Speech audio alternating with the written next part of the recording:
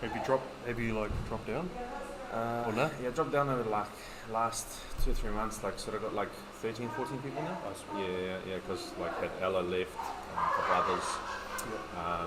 So yeah, I just was keen to pick up some extra work on the side. That's a sustainable number too. Yeah, it's good, and most of it's like done over the weekend as well. So it's good. Sweet. We got like one on Friday, but it's super easy. Just Thursday night, so it's good. Sweet. We're rolling. Sweet. Neat. So we're here with Nick, NK Training Systems. What do you do, man? Tell us about what you do. Sweet. So NK Training Systems actually started back in like 2019. I'm not sure if I told you sort of the story of it. I kind of started as like a side hustle when I was at uni. It was the last year of uni, and then someone actually came in. We did like an entrepreneurship paper. Someone's done a speech, and then I sort of got a bit of a spark and kind of like motivation to start doing something on the side. And then it was super basic, bro. Like I thought of a name, went onto Google to make my basic free logo, as you do.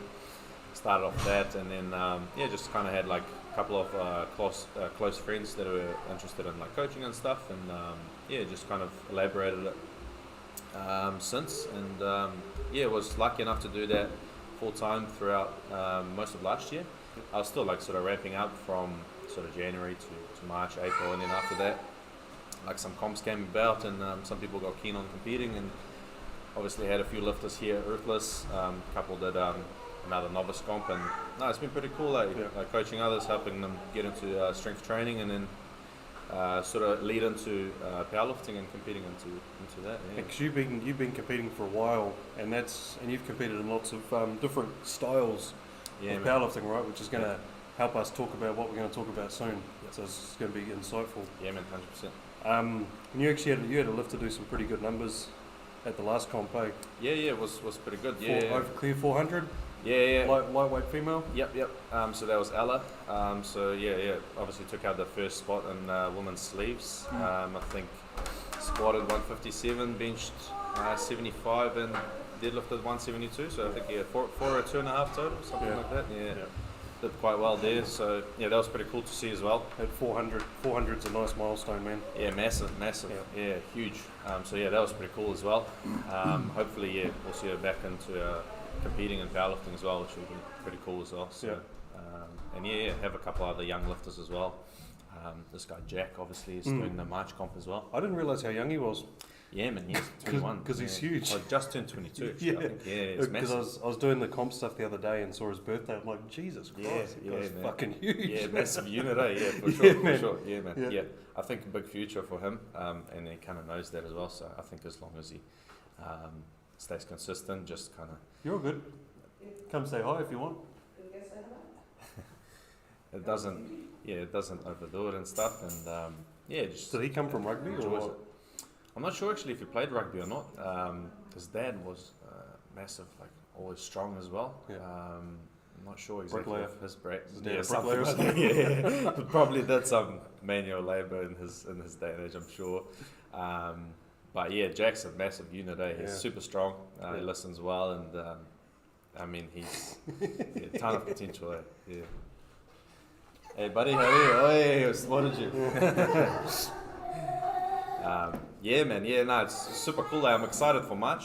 March is going to be cool. Yeah. Even though obviously it's a novice comp, it's still every comp that comes about I'm really excited about. Yeah. It's going to be good. It's going to be nice. It's going to be fun because obviously being a pure novice comp, we're going to be able to take it easy. Yeah. It's going to be pretty crazy. It'll just be Ruthless people doing the officiating. Yeah, nice.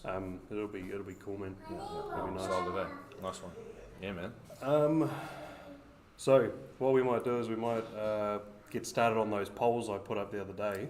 Yep. Discussing people's preferences in powerlifting. So I put up some polls the other day. The reason I did it, bro, is just like to try and define what direction NZ powerlifting wants to be going in as a whole, not as a federation, like just what the people want. Yeah, right? Absolutely. Yeah. So I put up these polls because these are the biggest, like fundamentally this sleeves or wraps, mono or walkout, tested or untested and stiff bar or deadlift bar. That's it. Fundamentally, they're the biggest differences that we get federation to federation. Would you agree? Yep. Is there anything I was missing? Yep, no, that's it. I'm pretty sure that's it. The other one is, I think, I'm not sure if you mentioned walkout and no walkout. Yeah, so monolift. Yeah. No, I've got the mono in here. So yeah, that's pretty much it, man. Yeah, you covered the whole basis, which is good. Yeah. I'm just gonna close that fucking door, sorry, bro. Sweet, all good. Nice, the rain stopped for us. Yeah, it's good, eh? Good timing. So fucking noisy in here with the rain. Yeah, non-stop, eh? For sure. Fuck, did you see ACTM3? Yeah, rough. I saw the video this morning, man. Fuck, rough one, eh? It's like pretty much up to like knee height, eh? Yeah. It's nuts. Remember Base Gym in Sydney got flooded a while back, eh? A few Yeah. years ago when they had the floods in Sydney. Fuck, I've never heard, eh? No, I've never seen that. I remember TGA Box just down the road, actually. Did they? That was maybe about a year and a half or 2 years ago. Oh no shit. They got flooded. Yeah. Because obviously it's kind of on a bit of a... This whole place down here is a swamp, man. Yeah. I got a message this morning asking if the gym was sweet. I'm like, fuck, I should probably check. Yeah, And I true, checked true. on the cameras. Yeah. No one was swimming. It's crazy, eh? Hopefully man. it stops soon because, and it's meant to be summer, right? Yeah. What can you do? All right. So on these polls, man. So they all had about roughly 90 answers. About 90 people participating. A lot more viewed it. Yeah. Why they didn't participate, I'm not sure. Yeah. But anyway. So, and it was weird as. So there was a good mix of because looking at these results, looking at them, most people prefer sleeves, most people prefer walkout, Yeah. and most people prefer drug tested. Yeah. The deadlift bar is much people prefer deadlift Yeah, bar, but yeah, for sure. what you would get from these results is that most people would prefer IPF, but with a deadlift bar. Yeah, interesting, eh? But that wasn't the case. Right. Like I had a lot of wrapped lifters who said they preferred sleeves. Yeah. I even had IPF lifters who preferred untested. Right. I had, like, it was all fucking weird. Yeah, It wasn't just IPF lifters who wanted deadlift bars. It was totally weird. And I like wrapped lifters who prefer walkouts and shit like that. Right. And that's pretty interesting, eh? Because you'd think that certain individuals that compete in those certain federations would just kind of stick to what they do. But at the same time, it's good to see that different interests kind of flow in between the lifters and feeds. But yeah, like you said, it kind of makes it almost of a mixed bag of lollies. Yeah, it was pretty strange. And I certainly did have IPF lifters who essentially went down, sleeves tested, stiff bar and all that. Yeah, and same with other lifters prefer knee wraps, monolift, and Yeah. stuck with their general thing. But there's certainly some anomalies in there. Yeah. So sleeves versus wraps. So that was heavily skewed to people prefer sleeves. Sleeves, yeah. I was actually surprised. Yeah. That's actually the biggest skewing. Yeah, massive, eh? And what's that? Equal to the deadlift bar thing. Yeah. That's surprising. I said sleeves as well, but now I'm thinking, fuck, actually liked wraps. But yeah, I think it's a good argument, because if you take factors like the wrapping, the timing of the wrapping in competition, and just that whole aspect of, okay, yeah, I have my sleeves, they're left on, and it's a lot easier. Whereas, wrapping is a skill in itself. Yeah. There's different ways to wrap, there's different types of wraps, and like anything, even like a high bar and a low bar squat, it's a skill, right? To be able to squat well in wraps. Yeah. And I guess hence why you hear some people get on the top level up to 30, 40 kilos out of the reps, and some only get maybe 5, 10, 15. Yeah. So, yeah. Why do you think more? And within this poll, there was well-known wrapped lifters in the country who said they prefer sleeves. Right. Why do you reckon people prefer sleeves or want sleeves over wraps?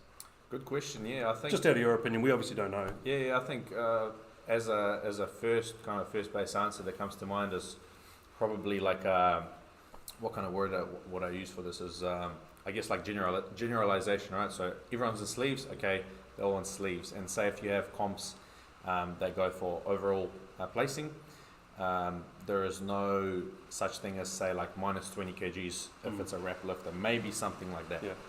So when it comes to competing, I guess everyone's sort of on that equal Yeah.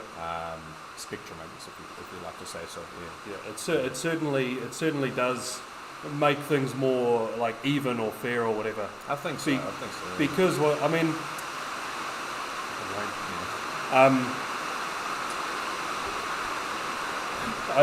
I suppose it still is fair with the knee wrap. Obviously, it's not fair if you're competing against sleeves and wraps. That's different. Yeah, and the 20 kilo penalty, so our comps are running like that at the moment. Yeah. That's just for participation in competition. Yeah. Vikings does it, and I remember Proving Grounds back when they were unaffiliated did the 20 kilo penalty as well. Yeah. So you get more people competing against each other, so you don't have a sleeved and wrapped division. It's always interesting about the 20 kilo penalty, because I was always wondering myself, where did it originate from? Do you know yourself? Did it originate somewhere from the States? Someone did it in Aussie, or?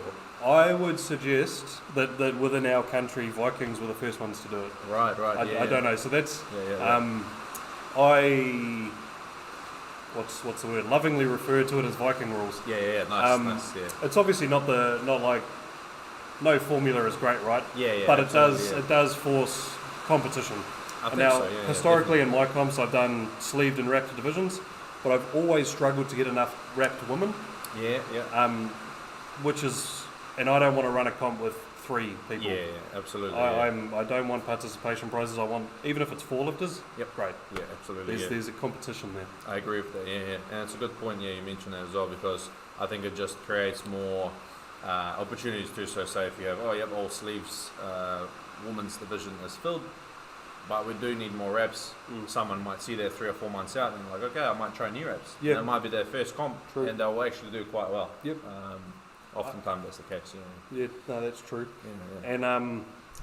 And even people, I had Big Wade take the plunge, wraps was full.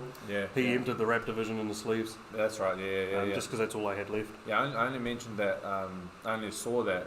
Sorry, not mentioned. I only noticed that during the comp, and I was like, "Oh yes," and I kind of understood what was going on. Yeah. And that was good. Yeah. I think sleeves are really convenient, right? Knee wraps, they are certainly a skill. There's so much, like you said, like anything, there's a skill attached to them, and if you haven't put time into that skill, it's fucking hectic. And it's not just the outcome of wearing the knee wraps that people like, knee wraps is cheating, it fucking adds 50 kilos. It's like, it doesn't. If you put knee wraps on straight away, you're probably going to lose kilos until you get used to them. And how you wrap and all that kind of stuff. But then it's doing it in competition. Totally different game of timing your knee wraps and everything like that. Completely different. So different. Yeah. And I can actually touch base on that. A funny example. Back in Flight of Fright. Yeah, I think it was in June, right? Yep. Am I saying the name right? Fight or Flight. Fight or Flight. I always fuck it up. This year I'm getting rid of the. It's the immigrant language. Yeah, man. I got single words for this year's series. To keep it easy. I like that. It's Define, eh? So we got Origin, which is our first novice comp. Defiance, which is our first open comp. Yeah. Then I've got the names of the last 2. Yeah, don't reveal them yet. But I won't reveal them just yet. But they're gonna. I've been rebuilding our website and I've been putting them on there. Oh, nice one. Yeah. But yeah, I was going to quickly say, like Mike mentioned, wrapping and competition is a completely different thing, right? Especially when it comes to timing, and that's mainly the skill of understanding the flow of the comp and when the next lifter goes and when to wrap. So I'll give you a good example. I think on my very last squat, I wrapped sort of a little bit late. And I pretty much stood up off the bar, walked out, and I was rewatching the video on YouTube, and I lifted my head up, and it was literally going 3, 2, and as one went, it went squat. Yeah. So obviously, for those that don't know, as soon as you receive the squat command, even if the clock runs out, as long as you get a good lift, you get a minute to receive the squat command. Yeah, it's still a good lift. So luckily got that, but I didn't realize how close it was. I knew it was close. But yeah, sort of gives you an understanding that you got to be on your toes. Yeah. Our 2019 nationals, I was a few lifters away, and I was still just sitting down waiting. And I think it was Brad was like, my knee wraps were still just on the ground, rolled out. I was like, because I was just forgot. Rough, yeah. So he quickly rolled up one of the wraps. I quickly rolled up the other, and we were all good. But I just wasn't thinking. And it's hectic too, because when you're under pressure, you're like, oh shit, and you realise how quick and efficient you have to be. And you're wrapping your knees, man, and the hand lets go, and the knee wrap fucking undoes. That's the worst. Luckily, never had that happen, but when it happens, it sucks. Yeah, building wrapping into your practice, into your training is really the thing to do, right? Even timing yourself so you know how long it takes you to wrap. Yeah, very, very good to do that. Yeah, for sure. Interesting job. Yeah, definitely. Yeah. So next one here is walkout versus monolift. That's a good one. That's a good little topic. Yeah. If you've ever just tried to use a monolift without ever practicing on a monolift, it is fucked. So weird. It is fucking so weird, yeah. man. Very inconvenient. Yeah. The so lucky now to have a lot of places have access to monolift attachments. We currently don't because I'm getting them further modified at the engineers at the moment. Yeah. But we're going to have a few sets after that. Nice one. But I think most people probably prefer walkouts because they don't have access to a monolift. That's my gut feel. Monolifts are fucking huge. They're fucking inconvenient. They're fucking expensive. Facts. Facts. Yeah. Our monolift gets used as a squat rack. Yep. Very very rarely does it actually get used for its monolift capabilities. Yeah, definitely. And that's like for the most part. Not many of our people compete in monolift federations. And the people who do, it obviously gets used. But I wanted to kit this facility out so it can suit IPF, GPC, whatever federation we have bars and equipment for. Nice one. Yeah. But that's my gut feel with the monolift versus walkout thing, that it's accessibility to monolifts. Yeah, 100%. Accessibility is obviously a huge one, like you said, and there's only so many powerlifting / strength training gyms. Again, like standardization kind of makes it a thing where, like for example, for that novice comp, there's only going to be a stiff bar across all three lifts, like normal, walkout, and all that kind of stuff. So, and like you said, it's a skill like anything, just like we talked about wrapping. When you first step into a monolift, even if it's 60, 65, 70% of your max, just standing up with it and squatting without the walkout feels fucking weird. And I've experienced that last year because I truly never had like continuous training blocks without walking out. And that was weird, man. Like personally, it took me like a good, I don't know, I would say 6-8 weeks to get used to it without walking out. So it's iffy for sure. What's your experience with it like? I have only ever competed in a monolift once. Right. And that was Viking Cup 2020. I opted to, what was it? Why did I fucking opt to use a monolift? I think just because I wanted to experience it. Yeah. I did half of my training on the mono, and half not. It was weird. I had a fucking hip injury at the time, man. So everything fucking sucked anyway. Yeah. But it was what it was. I did it for the experience.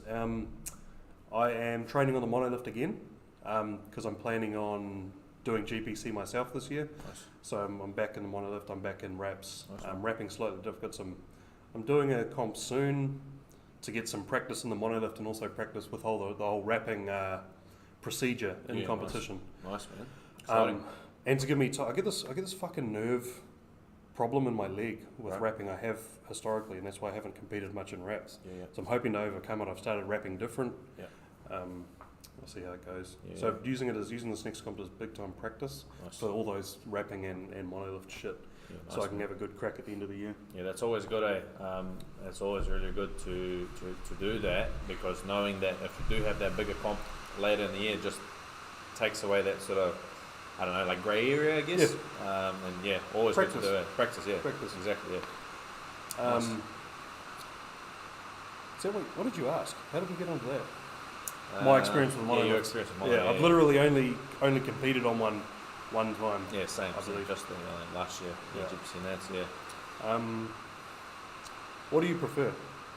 Honestly, I like the walkout because I like to kind of, once I'm wedged in, I like walking it out and just setting my feet, and I know exactly where they're going to be.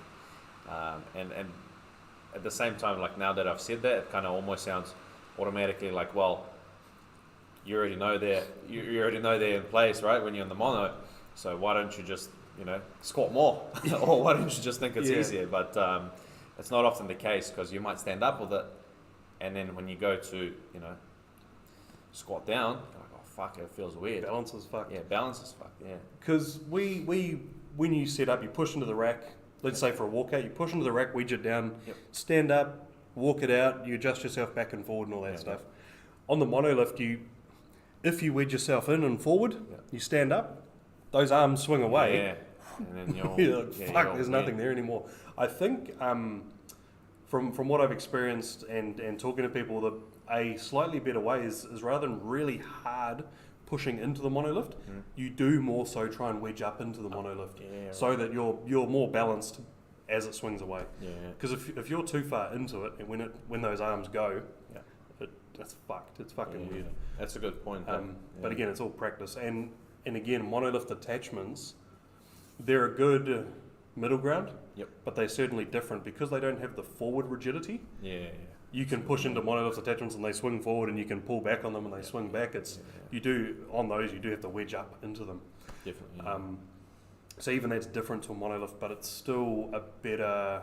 It's far more accessible than a monolift, and it's still better than walking out and then competing in a monolift. 100%. I think if a gym or a federation or whatever is running a monolift competition, they'd need at least some racks with monolift attachments for the warm-up room. I agree. Because it'd be lovely for all the federations, all gyms to have 3 or 4 monolifts. But that just ain't the case right now, right? It's very, very difficult to do so. One, it's costly. 2, it takes up a lot of room. And transportation and moving equipment is another big one. So for sure. I think monolift attachments are the. But anyway, I walkouts, as far as standardisation, like you were saying, everyone can walk out a squat. Everyone has a rack or whatever they can walk out a squat. Definitely. I'd say it's down to accessibility. Man. 100%. Nice. Power bar versus deadlift bar for deadlifts. Good one, eh? This is well skewed to the deadlift bar. Why do you think that's the case? Is that because it's just automatically feels better, it's easier, you get a better starting position, or what's your take on it? I honestly think deadlift bars get more. What's the word I'm looking for? People talk them up more than what they're actually worth. Right. I think people overvalue the deadlift bar. I think so. Now, there's the case for the deadlift bar. I think is really efficient sumo deadlifters. I think they're the ones who can excel on the deadlift bar. But beyond that, I think anyone can apply their deadlift to either bar fine. It's practice. So I've got some guys transitioning now into the power bar for their IPF run this year. And it's certainly weird as for them. Because when you pull the slack, there's no flex. Exactly. And once you break the ground, there's nothing. And that's 220 on a deadlift bar. That you still get some whip and some flex off the ground. 220 on a stiff bar, you're not getting anything. Nothing, for sure. So learning how to create that tension and driving from that tension is certainly different, but it's not providing, like, they're not losing kilos. I don't think so. I think if you're technically efficient, especially if you don't put that thing into your head like, oh fuck, it's stiff, it's going to be hard. Yeah, that's a good call. I think if you do that, automatically you're at a loss. That's really... Automatically you're taking an L and you're going to be like, oh, well, I just know it's stiff, I'm going to lift less. Yeah, you fucking will. That's really interesting point. I think so anyway. Nah, bro, that's for everything. That's a good point. Anything, and if you pick, even if, bro, how your mind tells you, if you pick up a bar and you're like, ooh, this feels heavy, it's going to feel heavy. If you pick it up and you're like, I'm the strongest man in the world, it's going to feel lighter. Yeah, for sure. And that's bro. So it's a good point, though. Yeah, it's a good point. And I kind of engraved that into my head when I was switching as well. Like after September and stuff, like October, November, started training on stiff bar, and I said, I'm not gonna go into it feeling, oh fuck, this is gonna be hard. Let's just sort of bear with it. She's gonna be like, all right, let's go. and I'll just make the necessary adjustments. And like you said, if you pick the bar up or if you wedge under it and you think, oh fuck it, it feels heavy, it will. So I think a lot of it is mental too, but certainly it shouldn't be like a thing where you're like, doing this comp, it's a stiff bar, so I know I'm not going to lift as much. If it's a deadlift bar. I think one of the differences as well that goes undervalued is the diameter of the bar. So you've got a 29 mil power bar. Going to feel a lot different to if you're using a Texas or a loaded 27 millimeter deadlift bar. That feels different in the hand, and how you place it in the hand is going to be different. So that just comes down to practice as well, grip technique and everything. But one of the bigger feeling differences is that 27 versus 29. On top of the flexing difference. I don't know if you've ever gone from a 27 to like a 28, like the Valhalla deadlift bar is a 28. Valhalla definitely feels thicker, the loaded is a 27, so even if you're warming up on a 27 and go to a 28 in comp or vice versa, you do feel the difference. It certainly feels different, and we're in a sport of it's a very simple task that we're doing. We go up and down. We feel every tiny bit of deviation. The better you get, the more you get acutely aware of every deviation within your process. You go from a 27 to a 28, you're going to feel it. If you've been lifting for a long time, you're going to feel the difference. Which is fine. It's just one of them things you got to build into your process and learn how to adapt and overcome. Can't do anything about it. That's it. And it's really well pointed out. It might be like a millimeter. It makes all the difference. Like even with I remember you made a few comments on Valhalla and how hook gripping the Valhalla bar is no joke during a comp, and it's fucking true because the Goliath bar is a loaded bar, right? Loaded deadlift bar. You hook grip that, it feels nice. It's, the knurling's not as harsh. It's 1 millimeter less, it's 27 mil, and you go to Valhalla and you're like, fuck, this is atrocious, And the same with mixed grip, it's harsh and it's different, but it is what it is. So necessary adjustment. Needs to be made. The Valhalla bar is a funny one. So that's the competition knurl. I bought the competition knurl. Even their training knurl is probably harsher than the loaded that we have. It is, Like the training knurl on the Valhalla is actually pretty fucking good. The competition knurl on it it's good. Out the gate. It's out the gate though. Man. It's out the gate for sure. You don't want to be doing volume on it. For sure. That's the thing. Or if you grip really hard and like even if it's fives, don't let go. Don't let go is the trick. The trick is just don't let go, and that's because it hurts. People let go and then bite in again. It's just perforating another point in your hand. They reset. Just fucking squeeze it, man, and deal with it later. Lock it in. I don't use it for volume if I can avoid it, man. Stuff that. Singles, great. That's everything beyond that, fuck that. 100%. A lot of IPF people preferred the deadlift bar now. Okay.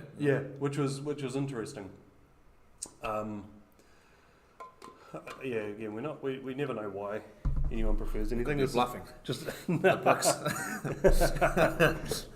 I think it's a novelty as well, man. I mean, it's definitely. I mean, isn't it nicer when you lift more, right?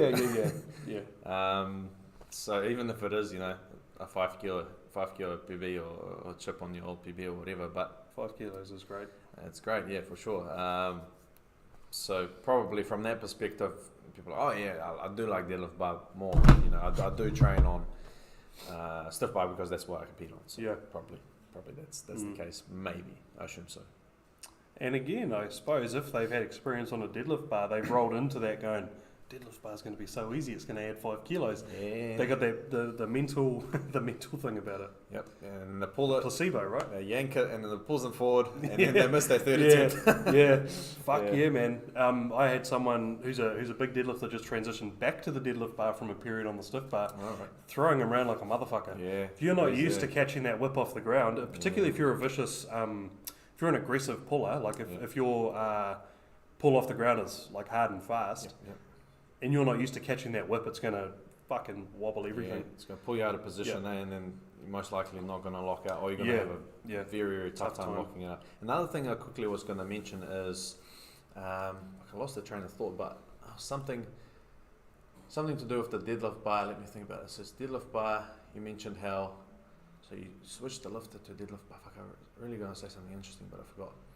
Let me think about it. Hang on. So it's deadlift bar, stiff bar. We're talking about transitioning. I'll try to remember it later anyway.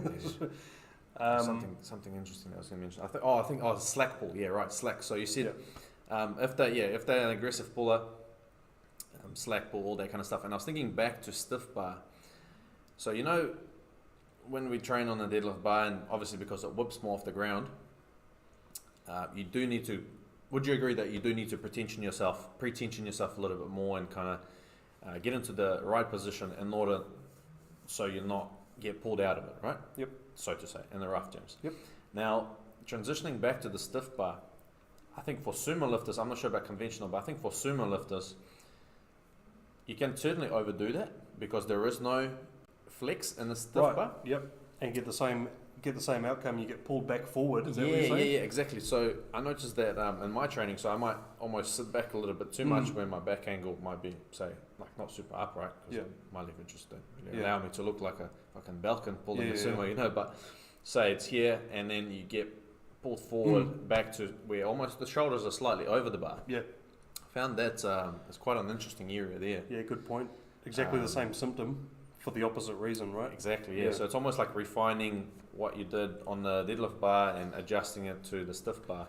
And if you can do that and adjust it well, so you don't kind of bounce back forward, or rather lean back forward before the bar gets off the ground, the pull gets refined really well and then ends up looking a lot more smoother. Yeah. And we're getting into technique talk here, but people really have this idea of sumo that you sit back, you pull back, you pull the bar back into you and shit, and all that happens is as soon as you leave the ground, you get pulled back forward to where you should be on your center of mass. And that's what I'd really drum into people is what we're trying to achieve. I talk about what we should be feeling, what we should be doing, and then on top of that, I add layers of how we specifically do that, because how we specifically achieve our balance is going to be slightly different on the deadlift bar versus on the stiff bar. But we're trying to do the exact same thing. So if we fundamentally understand what we're trying to achieve, we can apply it to whatever bar we're using. Yeah, man. We can I talk about it on bench press a lot, because you go to a commercial gym, the benches are skinny, they're short. People come here and we got a bench upstairs which is on the upper limit of competition height. We got one that's on the lower end of.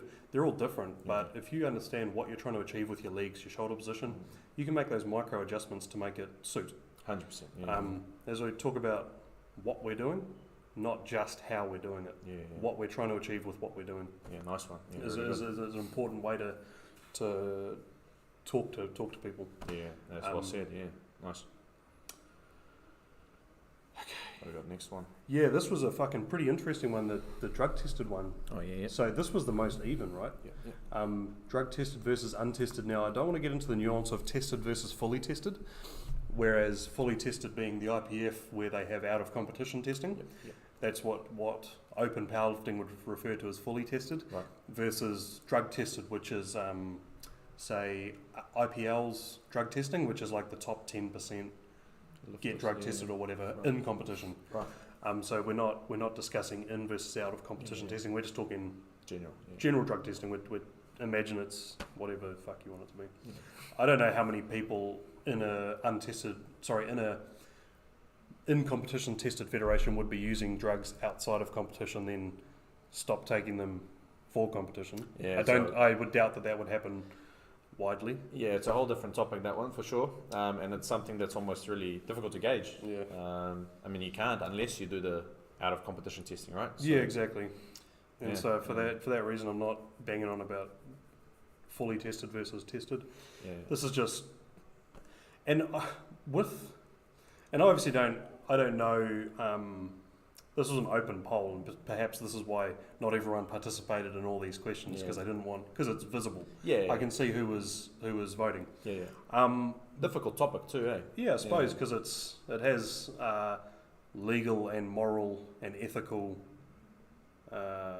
factors to it, I guess. Right. Yeah. But with some of the people who voted untested, I obviously don't know, but I think there's a lot of people who voted untested, who actually some people I know 100% don't use drugs, voted for untested. I don't know why. I really I have no idea why. And people who compete in untested federations voted for drug tested. Okay. So again, this was a really, and a lot of IPF people obviously voted for drug tested. But it was very, very strange. Another one of those ones was super strange skewing of who voted for what. Now, do you think that those that, like you mentioned for a fact that don't use drugs, performance enhancing drugs and stuff like that, voted untested, do you think that's because they enjoyed the sort of competition environment maybe perhaps? And I think that's part of it. I need to clarify as well, I think some people voted for untested who misunderstood the question. Right, okay. I think some people who voted for it thought drug tested as in MDMA, marijuana. Okay, so I should have been more clear about performance enhancing drugs. I think some of the votes may have skewed to untested because of that fact. So that's a grey area that isn't built into this poll.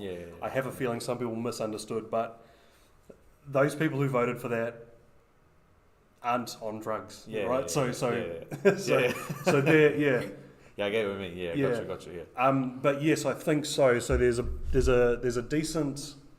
There seems to be, and it shouldn't be the case, but there seems to be quite a different product for an untested federation versus a tested federation, right? Yep. And I don't think that should be the case. And there's other federations that it's not the case. But in our country, drug tested competitions run a certain way, and untested competitions run quite a different way. That's why you're saying the products appear quite different. That's what you're saying. Yeah, absolutely. Yeah. And I do think that people who voted for untested were more voting for that because of the products that we receive within the country. As an untested federation. Yeah. The sort of meets that kind of get organised and environment, I guess. All the little things that kind of go into it. So I think that's the biggest thing.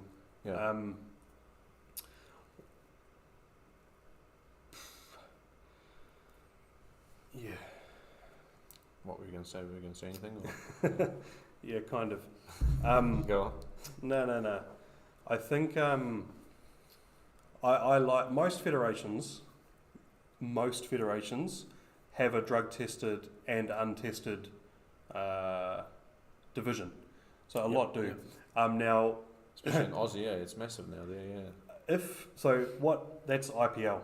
APL is the IPL affiliate over there. Right. Yeah. That's it. Which and it would have aged terribly if we'd done this 2 weeks ago before the USPA shit. Oh, right. Have you been watching the USPA stuff? What's we're not going to start. Whole other topic. Yeah, well, is that the separation? No, fill you in. But anyway, okay. Yeah, no, I got to fill you because you haven't really been on social media, right? No, not really. Oh man. Yeah, I'll fill you in afterwards. Yeah. But anyway, this would have aged terribly. But fundamentally, USPA and IPL are governed by the same people. It's essentially the same rules and same federation. Okay. They have division for wraps, division for sleeves, division for single ply, division for multiply. They also have a division for drug tested and a division for untested. Okay. And APL in Australia is doing really good things. That's the IPL affiliate there. Yep. They're having tested and untested comps. They're doing really, really good stuff. And and they walk out except for equipped. So all their raw walks out and they use deadlift bars. So fundamentally there's, apart from the use of monolift and apart from the use of stiff bar for deadlifts, they fundamentally have something for everyone. If you want to use sleeves, if you want to use wraps, you're going to be competing against your own. And if you want to use drugs, if you don't want to use drugs, you can choose whatever you want. Pretty cool, and I think it suits for the sort of the pool of lifters that they have, because obviously there's a lot more people too. And don't they have the thing where it's roll with wraps, but you walk out as well? Yeah. So they're classic. Cool, it's called classic raw. And they still walk out. That's pretty cool. I like that. Now, WRP also does sleeves and wraps. Now, there's also nothing stopping a federation from doing a sleeve only wrap if they're a wrapped division, wrapped comp, because wraps are a maximum equipment, not a minimum equipment. So you don't have. Now, there's nothing stopping a federation. I don't know why they would, but there's nothing stopping a federation from doing a sleeve only meet. Now, I know WRP in the States does a lot of their meets in sleeves. So they do have a division for both, and also what I've seen is they have a drug tested and untested federation. So they use monolifts, but in their rule book, I was reading up their rule book the other day, they do offer sanctioned walkout meets as well. Oh, okay. So they're Yeah, becoming that's good. very accessible. The WRP is becoming very accessible within their rule set. Yeah, nice. The only grey area I saw is they specify a 32mm squat bar, Oh, right. which is tricky because as far as I know, there's only a few companies, big companies that make a 32mm, and that's Texas. Rogue has a 32mm squat bar, and then a couple of smaller countries like Cerberus makes a 32. But Very 30, niche, eh? yeah, 30, like having a, because like the most squat bars now are pumping out 35mm, Yeah, massive. Eh? but it is massive. Yeah, it feels like a fucking axle. Yeah, yeah. But anyway, I suppose that's something else that I didn't put in here: squat bar versus power bar for squats. Yeah. But the federations are becoming more accessible for that whole tested versus untested and sleeves and wraps thing. Yeah, which is good, eh? Yeah, it's great. Definitely good. I think as long as there's numbers to kind of fill in those divisions too. What was I don't know the numbers off the top of my head, but what was interesting last year, I was looking at the numbers from the APL, because they did what was it? Sorry, it was their nationals. APL, because they hosted drug tested worlds in Australia, which was awesome. Right. Yeah, that was cool, but also their nationals. They had so many more people compete in their drug tested nationals versus their untested nationals. The numbers were crazy. Oh, okay. I want to try and bring it up. Which is typically, I'm not sure if it's unusual or not, but because GPC is massive. Over there. Obviously, that's not a Fed, but GPC sort of non-tested side of powerlifting is massive in Oz. And this is not to say that like there's way more lifters that take drugs. It's just people enjoy those kind of feds. Yeah. So it's just interesting to see as well. Yeah. I'm just trying to bring it up, man, because I was really surprised with the numbers. Yeah. Of their here. So untested and drug tested nationals were hosted at the same. Yeah, man. So last year in Australia, drug tested nationals, 180 people. Okay. Yeah. Untested nationals, 31 people. So, and I honestly think that's representative probably here as well of the amount of people in untested federations who use performance enhancing drugs. I think, people assume that if you don't go IPF, you use drugs, but it's just not. It's not the case at all. It's about the product that you're receiving. You prefer a certain product, and by product I mean competition or whatever. And it was really interesting to see 180 to 30. Yeah, massive drug massive tested difference. versus tested, massive untested. difference there. Yeah. Do you think it's also because the sport is kind of moving towards, like, we talk about like, I guess the old school era of powerlifting, or even like the sort of the golden era where all those big lifters sort of were early 2010s. Early 2010s and all that. And now it's sort of moving towards, like I guess the IPF's becoming bigger and bigger, the sleeves having more competitors, and it's kind of getting towards that side. And I guess more people may be getting into the that side of sport because it's maybe more attractive to them. I don't know, maybe. But then again, at the same time, you have those sort of lifters that have competed maybe say 2 or 3 years, and then they're like, oh yeah, cool, I might do a season or two of say for example GBC with the untested lifters, just because like you said they enjoy the product that federation delivers, the sort of vibe. I guess maybe the difference is like the deadlift bars, the monolifts, the knee wraps, for the purpose of enjoyment. I think it's probably that. And I think it really only matters. Like, I'm not necessarily saying, because participation numbers are fairly small in New Zealand, I think, I'm not necessarily saying that we need a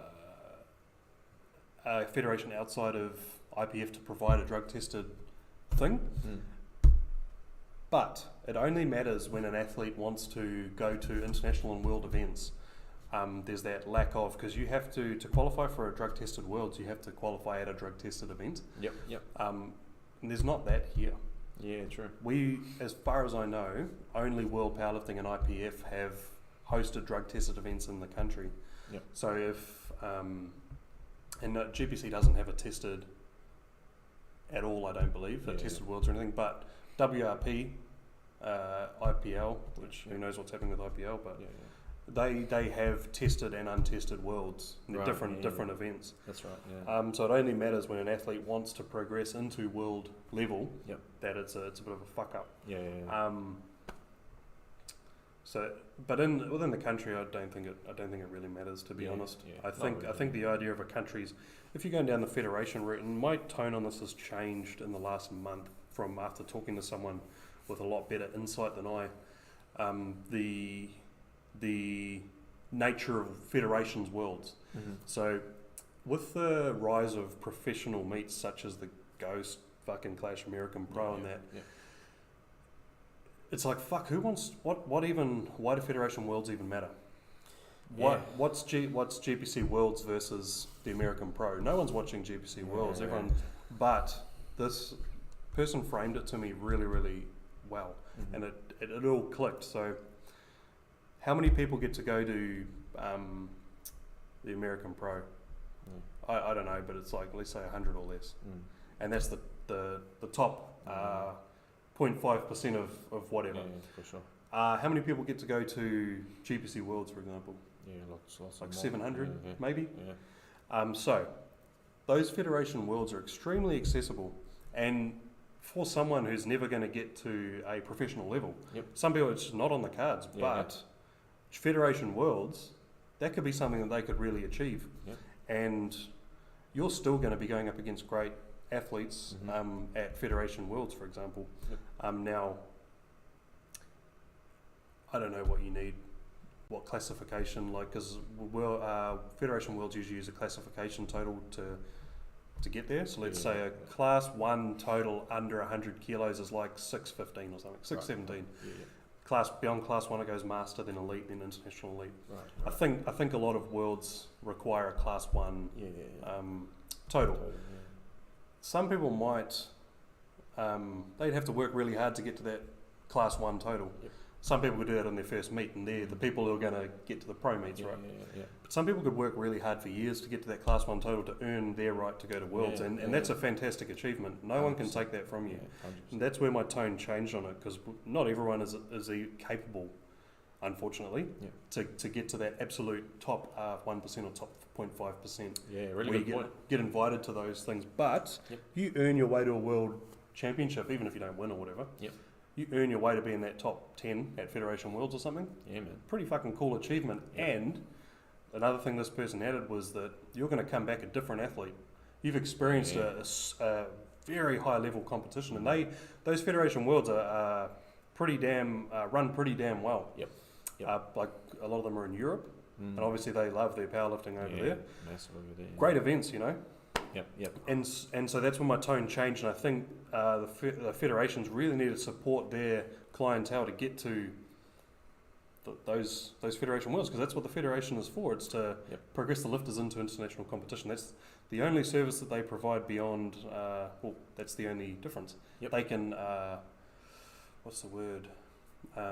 Create a pathway almost. Yeah. They fucking endorse the athlete to get to Worlds, because you have to go through your federation to get there. Absolutely, it's a really good point, eh? It's a point that a lot of people, I guess, they don't think about. Like you said, like for example, comparing like an American Pro meet versus the federations and then the Worlds, because still fucking awesome, going to GPC Worlds, IPL Worlds, whatever they might be, and you are in that top 10, top 15 people in that weight class and age category. Which is super cool. I do agree with that. It's massive. And it certainly is a bummer that there's so many age and weight divisions. Like, for sure. It just is what it is, and I think they need to. The federations for participation should probably forget about age and weight divisions and just go straight to best lifter. Like, you know how we do best lifter at our comps. Look, there's every single comp. You're lucky to get one competitor. One person to compete against. Everyone tends to win their class because there's GPC or IPL, for example, masters after 40. 5 years. Like 5 years. 5 years, man. For sure. So many divisions. I think for the sake of fun competition, I don't know, they all do best lifter awards anyway. But it's cost a lot of money for all those medals and trophies that they got to give out, and that is investment that the federation could probably use that money elsewhere. Definitely. But putting just do best lifter. Every competition just best lifter.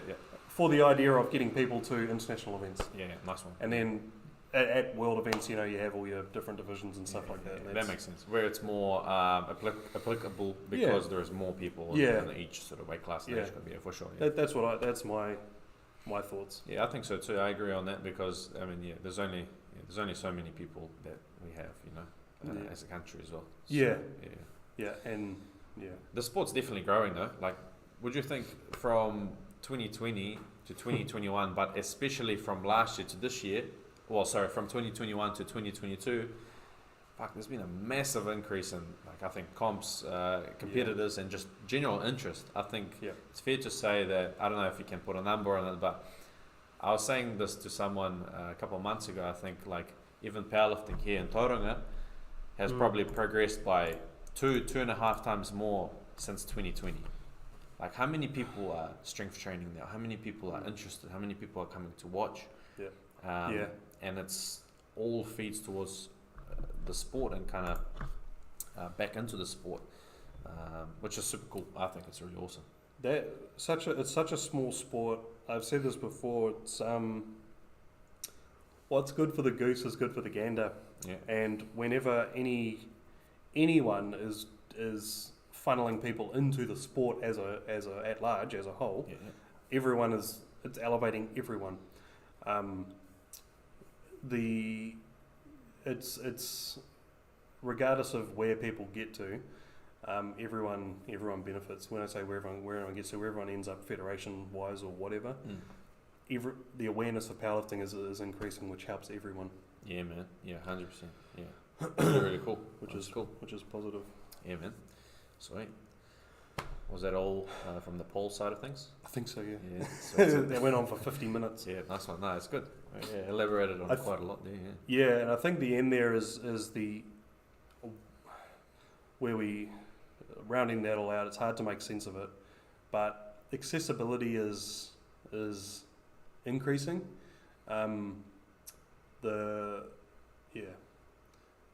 Looking inwards, people who are hosting competitions looking inwards to see how they're supporting the lifters to progress themselves is the angle, rather than to progress themselves is I think where the what needs to happen. It needs to, the federations need to be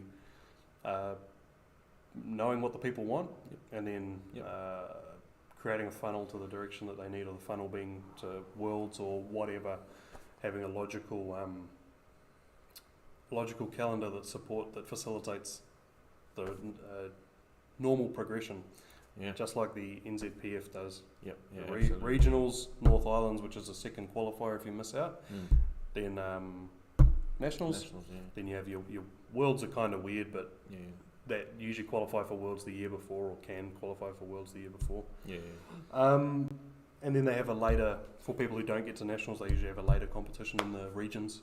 Which are still really, really good level-wise too, and even for those ones that want to compete as a first-time lifter. You got your Classic Cup here in Waibop, and there's Auckland Cup, and there's Auckland Champs and all that kind of stuff, and those are the sort of ones that I know of. But really cool. It's good. I think that's it for that. That's all for that one.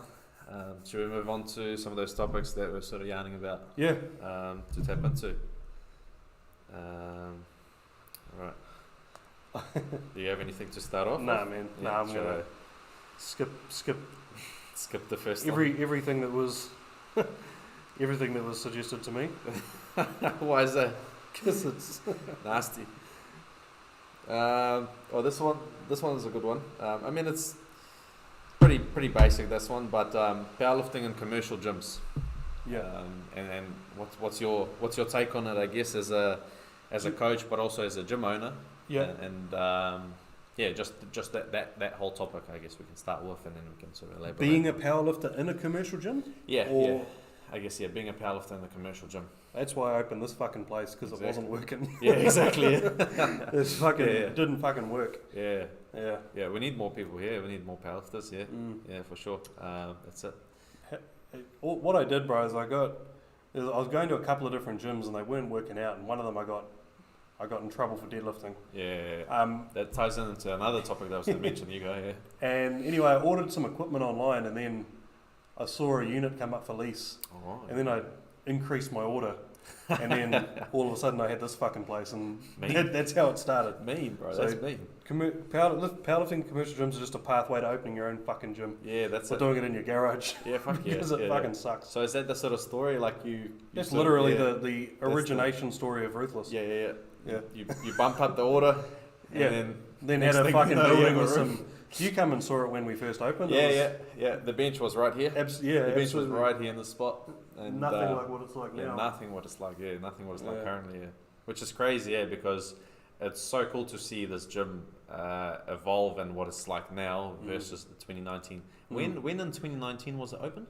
I've had this unit since December 2018. Oh, December 2018. So essentially from January 2019 we were going. Yeah. I think we officially opened around March. Yeah. Cool. Like that's when we started advertising. We're at a point where I was able to advertise it and trying to get people in. That's awesome. Nice, man. Nice. No, that's cool.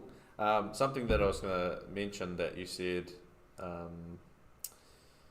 about the commercial gyms, and that one, I was talking to Sean yesterday.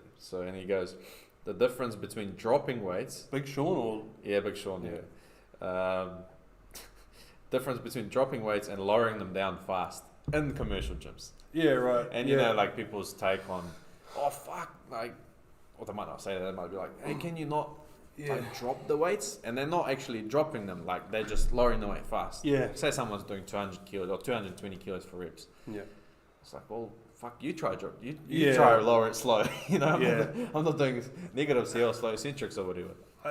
I think some gyms are getting better. I honestly think some gyms are getting better. You look at Flex Fitness and Takapuna, Alico gear, deadlift bars, like they're starting to get it. Yeah, man. They're starting to get it, and like I think it's Ocean Blue. Yeah, I shouldn't say the names of the gyms, but like I think they've got, which I think it's annoying, but I think they've got quite thick flooring. Right. Yeah. That is like it can be annoying because it's hard to move the bar. Yeah. But it allows for weights to be put down in a logical manner. Yeah. By logical, I mean you drop it. You're trying to put down 220 kilos. It's going to be fast. Shockwaves are going to happen. Yeah. And so I think a lot of, and I've never been to City Fitness, but I think they've got quite thick pads as well. Yeah, they got in front of those racks. Yeah, they got like a sort of platform there. Yeah, it's like a big fat weightlifting platform. Yeah, sort of like Fitco used to have, and it's good. So you can do that there. Yeah. It's actually gone to the point where it's kind of like almost indented, so you have to roll the bar towards them all in front. But yeah, it's a funny one there because I think like depending what kind of gym you're in and you're training, and some people they might not even seen that kind of weight, like say move as fast before or whatnot, or done for reps, and they're like, don't slam weights. Yeah.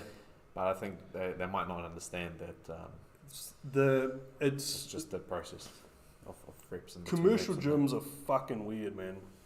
really strange. Yeah, fucking really weird. Strange. So I've the last 2 times I've been to commercial gyms, I went once last year when I was down in Queenstown. I went to a Flex and a Snap. And then the year before when I was down in Queenstown I went to a Snap. Right. And it's just fucking strange. What's Snap like down there? Shit, man. It sucks. Flex is better, but I love hammer strength gear. Yeah, so I got to use a hammer strength I did some squats, and bro, their 20 kilo plates are not 20 kilos. Yeah, man. If you're repping 180 or 220 at a commercial gym with 20s on it, you're not. You're not. Yeah, I did these squats at 200 kilo triple. I'm like, it's the easiest. Feels a bit too nice. Easiest fucking squats I've ever done in my life. Feels a bit too nice. Yeah, bro, they are not 20 fucking kilos. Yeah, man. Yeah, the plates at City are a little bit lighter too, eh? And they say 20, they don't say 45. And I mean, 45 is more than 20 anyway. Yeah. 45 pound is more than 20 anyway. But funny, eh? Yeah, bro, it is funny. I always make the joke and say the compensation for the plates being lighter, you got the shit benches to bench on. Yeah, exactly. Yeah, bro. Yeah, man. So in a way, maybe it levels out, maybe not. They had these benches, those benches that have the arms that live, like the arms move out. Yeah. So like a little unrack thing. Fuck, I hated it, man. They sucked. Yeah. Fucking jamming. Yeah. Well, they weren't jamming. It was just It's just fucking weird. Yeah. Did you bring it out and then unrack it, or did you still keep it there and then unrack like normal? What did I end up doing? I can't remember, man. Yeah. Just It's weird. It's the sort of equipment that's obviously not in every gym. Again, not like a cage rack, you know, where you can bench out of or whatnot, or a normal regular bench, I guess. It's what when I coach people at commercial gyms, what I get them to do is I say if there's a movable, portable bench, drag that into the rack and use it. It's far better than the fixed hook commercial benches that they have for the most part. Very limited, those ones, eh? Yeah. And it's most of the times the free benches that you can move into the racks are typically wider, thicker, nicer to bench on. They're probably a little bit higher too. So Yeah. No, that's cool. Chalk is the biggest problem. Yes, in for sure. gyms. Chalk, eh? And it's a bit of a shame, eh? Because I mean, one thing it's understandable. Like, sure, makes a fucking mess. Yeah, it makes a mess. Yeah, and especially if people who are a bit more careless, I guess, with it, if they go all over the place, start clapping, and got the camera pumping, and they're making a like anyone here, including myself. It makes a fucking mess. Yeah. And, it's in the rules though. You're meant to make a mess. Yeah, exactly. Yeah. I mean, that's why you have powerlifting gyms. Yeah, liquid chalk's good on the other hand, but again, you might get complaints from gym owners or members leaving chalk patches on the bar, which is again, it's not a big deal. But so me and Hayward were training at a gym, local gym. I'm not going to say the name. And we deadlifted one morning and we used chalk. We were pretty careful. But anyway, I got a text. We both got texts from the gym owner. The texts were very different. So I got a fucking "don't come in my gym, blah blah blah, fucking using chalk, blah blah blah" text, and Hayward got a "excuse me, Mr. Hayward, I was wondering if I could please ask you to not use chalk as much, please, sir." Fuck, that's funny. Fucking drop nuts. Fuck. Yeah, man. Oh man, that's classic. Fuck, I had a text like that, and it was about I was deadlifting, like you couldn't deadlift past 9 at Fitco. Oh yeah. And it was a late one, eh? It was a late one that day, and it was a heavy triple, and I was fucking deadlifting. Yeah. And fuck, what are you gonna say? Yes, I am. It was from the owner. Yeah, right. And then I just put my phone on the airplane mode after that, because I kept on training. Yeah, fucking. I locked it, and there's 3 missed calls now. Whatever. Yeah, got a growling after that, eh? But, was that? Yeah. When did you join Fitco? 2016. We can probably talk about it because it's not open anymore. Yeah, 2016 I joined it. Is that the first gym you joined? Well, I went to the squash courts by Tauranga College. Yeah, because I had like a bit of a backyard set up at home, sort of like towards the end of 2015, and that's how I sort of got into lifting. Had one of those benches with a leg extension on the end, plate loaded ones. Yeah. And then I started going to we call it school gym, squash court centre. Right. There, and then joined Fitco like around January or February in 2016, and loved it. It was cool. And then I always knew I was going to come here if Fitco was to close or if I was to move or whatnot. So eventually made it here in 2020. So that would have been when the newer owners owned Fitco, eh? Yeah, man. Yeah. I think they took over like maybe 2016 or 17 end of. Fitco was the first gym I joined, bro. Oh yeah, as cool, well. man. Yeah. Mean. What years? 2007. I joined Fitco. Oh, yeah, wow. Very first gym. I was at college. Oh, that's mean. And that was it. Yeah. After Fitco, I've been to a few local gyms, bounced around after Fitco. Yeah, nice one. Always been gyms. I wonder what was it like in 2007. Yeah, because I probably stopped going there maybe 2010. Yeah. I think I went there for 2 or 3 years. Yeah. And then I had never ever been back in. Yeah. That was a big gym, eh? Yeah, massive. Fuck, that was big. Massive. Yeah. What's the reason that you stopped? Did you just move? I'd just go to a different gym. Yeah, change it up a bit. Yeah, I started going to Tauranga Box, TJ Box. Nice one. Yeah, nice. I didn't go there for too long. Yeah. That's one of the old school gyms as well, like first in the area, sort of, been around for a while. Yeah. And then I went to another gym, which is the gym I just spoke about, which is still open. I won't talk about it. I think you know which one it is. Yeah. No, that's cool. Nice one, man. Which was a cool gym, bro. I went there for years, man. Years between, let's say, 2010. I didn't go to Tauranga Box for very long. Yeah. Then I went to this other gym, and I went there for a long time. bunch of years, then I stopped going for a couple of years, Yep. then I started going again for a couple of years. And between the time I had off, it changed. It used to be cool. Yeah. I went away and it came back and it wasn't cool anymore. Right. Things change. That's what Yeah, happens, eh? Yeah, people cool. change. Yeah. I'll see what's this next one. What's we got? Oh, this one's a bit of a good one, I reckon. Hyping up and training and intensity to make weights move. Is an arousal. As in arousal, yeah. I mean, I know you've talked about this in some videos and posts and stuff that you've made. But I guess to kind of refine the question or a statement a little bit more is how important is arousal in training for someone that might be, say, kind of stuck in a bit of a rut and they can make some positive changes in training to, I guess, maybe just approach things a little bit more differently or better or slightly more intensity? That's an interesting question, and the way you framed it is interesting too. Anyone, in my perspective, similar to the technique thing we spoke about earlier, we all want to be peak arousal on that bell curve, whether or not we need to de-stimulate, come down from the end, or stimulate ourselves to get us up to the middle of the bell curve, so where peak performance is. We all are trying to achieve the same thing, just the means we go about doing that can be different. Right. And whether we need to listen to like Celine Dion and chill out, or whether we need to listen to Cannibal Corpse and get up. We're all trying to achieve medium. But how you framed it, correct me if I'm wrong, you're saying someone who is in a period of time where they're in a bit of a lull in let's say motivation or whatever. Is that what you're saying? Yeah. Say something like that. Yeah. And they're trying to use artificial stimulation to get themselves interested in what they're doing. Yeah, something like that. So the reason why I framed it in such a manner is because I think personally, from like a lifter's perspective and coaching perspective, I think you can make a difference, a positive difference. So what would be your tips as a coach and a lifter for someone to kind of utilize that in the right way in training? I guess if that makes sense. Because obviously we don't want to go and start screaming and yelling and approaching the bar and then doing. It's often unsustainable. Because then you go through the roof. Yeah. And nothing good comes out of it. And the more arousal, man, the more fatiguing it is.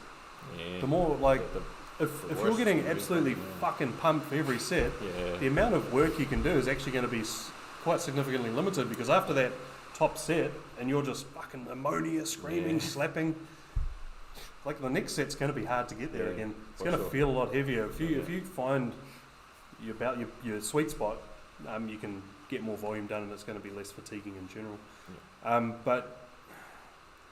And different for different people as well, eh? For sure. It's an interesting question. I don't think it comes down to the arousal thing on the micro level, session to session. I think having intrinsic motivation or desire to just continue progressing. The way I frame it for people is we just want as many normal, average, satisfactory sessions strung together. Yeah, nice one. We have great sessions sometimes where everything's on fire, we're on point. We have shit sessions where we miss a lift or whatever, things feel weird, doesn't feel right. We have both of those. We tend to remember those ones. That's the ones we don't remember are the ones in the middle, but they're the ones that are likely more plentiful, where we're just normal. We just train, we just tick boxes. But those are the ones that actually compound and make a difference over time. So they're stringed up into a whole collective, I guess. So the good sessions happen, the shit sessions happen, but for the most part they're somewhere in the middle.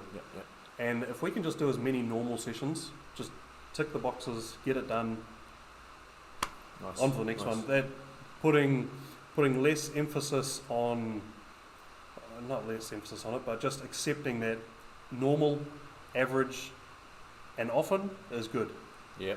Like regular. And understanding that to the bigger picture, like things aren't always fun. We do just have to tick boxes and do work, and it doesn't. I rarely have to discuss motivation and stuff with people.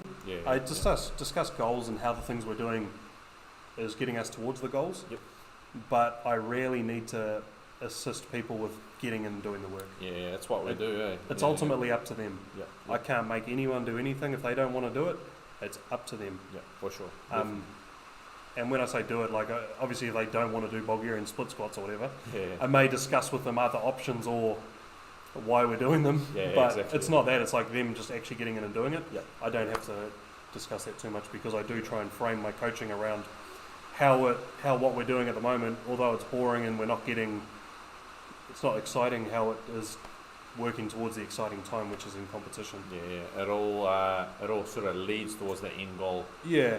Did that answer what you were talking about? Definitely, man. Yeah, definitely. That's good. I like that perspective as well because, at the end of the day, it's not about a quick fix or something that you can just use to kind of, I guess, benefit you. It's a long term, right? Because one session is not going to get your total by 50 kilos up, you know? Yeah. It's the string of sessions. So I guess it's staying consistent, to those that are wondering, and I guess that question, So and a holistic approach to your entire lifestyle is the way to make that sustainable. So looking after having a sustainable nutrition plan, hydration, lifestyle things, and I'm not saying perfect, I'm saying sustainable because again, with nutrition, the most normal, average, satisfactory days we string together are going to make up the bulk of our diet or whatever. We just want to be normal.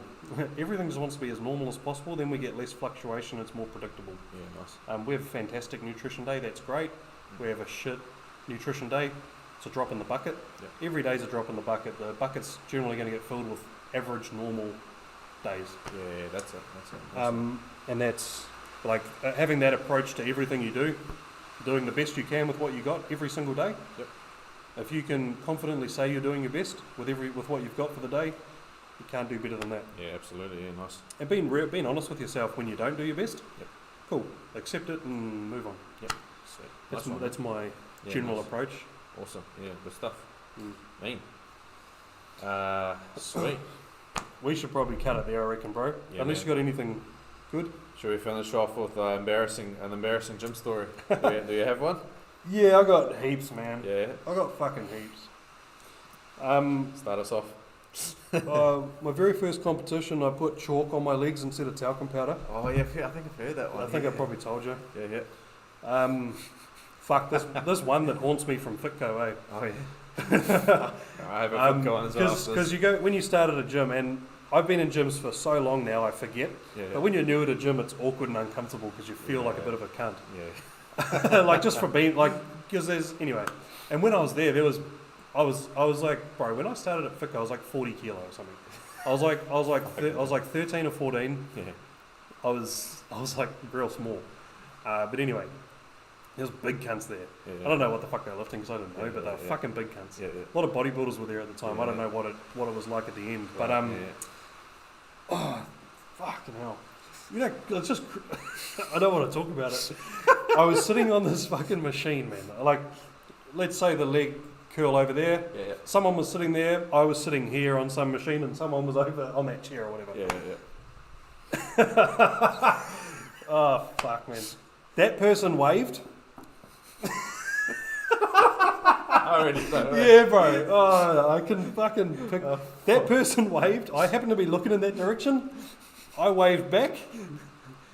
They were waving at their mate over there. Oh, fuck, fuck, I know, man. And then you just can't look at that. Yeah, well, there's two people who now think I'm a fucking idiot.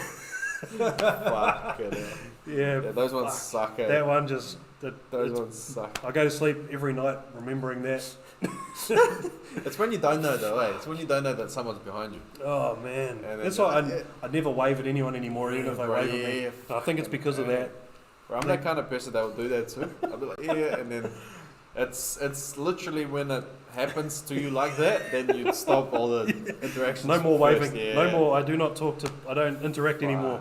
Man, holy moly. Yeah, that's a classic one. Eh? Or if you're out in public or you're walking as well too. They might be like that. Yeah. Give you the old nod, but there's someone behind you, same thing. Eh? Yeah, man. Yeah, that's classic, man. You got any? Yeah, I got a couple of some crack up ones. Like it's not really embarrassing. It's probably more disgusting. Eh? Just like spewing after deadlifting and shit. Like just spewing in the gym. Luckily, I found a bucket. Mind you, that bucket was obviously not for someone to spew in. It was for used paper towels. But yeah, it was a little too late to run outside. So what do? Is that a Fitco? Spew, yeah. And there was one time, like during a squat set, I had to hold it in. Yeah. Like I was doing something stupid, like 5 sets of 8 or something. And late lunch, little do you know. Chalky milk to warm up for the squats. Yeah, chalky milk, something like that. I think I actually had like, I think I had a bolognese or something Oh, beforehand, and it's obviously pasta takes ages to digest. Yeah. I was squatting and fuck man, like towards the end of the set, and then I was bracing, and then on the way up, and through the force, bro, it just went out just a tiny bit. Yeah. Fuck, had to swallow it, eh? Yeah, bro. And then some of it ended up on the mirror. Oh. I knew the second lot was coming out, so I sprint up the stairs. Yeah, right. To go into the toilets toilet. and everything were upstairs. Both toilets are taken. In the showers, was it? Yeah. In the showers. Those showers were out of it, eh? It was big. Yeah. It was a row of showers that went into a gutter, eh? Yeah. Nasty, man. Just nasty. Luckily, no one was in the showers. Yeah. Fuck! This one time I found a meth pipe in the bathroom, eh? At a gym, not at Fitco. Well, that's the forbidden pre, eh? Jesus Christ. That's the That's next level shit. Yeah. Pretty sure I've seen a member there back in the day that was probably on something. Rather, maybe it was that, maybe it was something else, and dude was having a good workout for sure. But yeah, he looked fucking weird, eh? Yeah. He was bouncing around all over the place and all sorts. But yeah, this is just some of the stuff that you see in different gyms, I guess, eh? Yeah. What else? That's pretty much it, eh? First time I used chalk, I didn't know where to get chalk from. I went and bought a bunch of like kids' big chalks and smashed them all up with a hammer and put it into a container, and that was my chalk, man. I instantly laughed because you already know what I'm going to say. Yeah. It's the ammonia one. So first time like learning what powerlifting is, like around 2016 or late off 2016, and like just realizing, what are this stuff that's like people smelling and whatnot. Look it up. It was ammonia. Didn't know where to get it. I actually don't know if at the time anywhere in New Zealand you could order ammonia. Yeah. Maybe you could. I don't know of any like shops or any gyms or anything. I think Kiwi Strength was probably doing it at the time. But anyway, long story short, I head into Countdown.